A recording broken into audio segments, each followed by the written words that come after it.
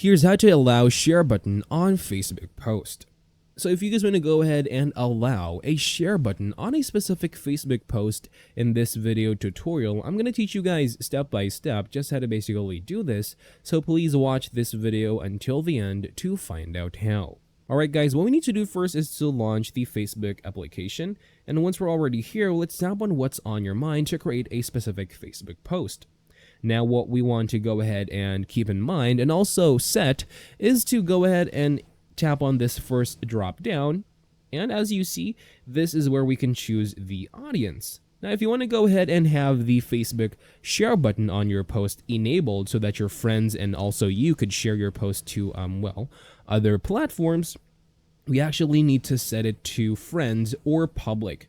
Now, setting it to friends will only share, or rather enable the share button to be shared with your friends only, since of course the audience of this post is only shown to friends. But if you want to share your public post, or rather your post to the public world, and allow your friends as well to share your post to the public, we actually need to set it to public. Now those are the two options for us to have the share button available in our Facebook post, and whichever one you choose, that's going to be on your preferred preference. Now that's all for this video guys. Thank you guys for watching.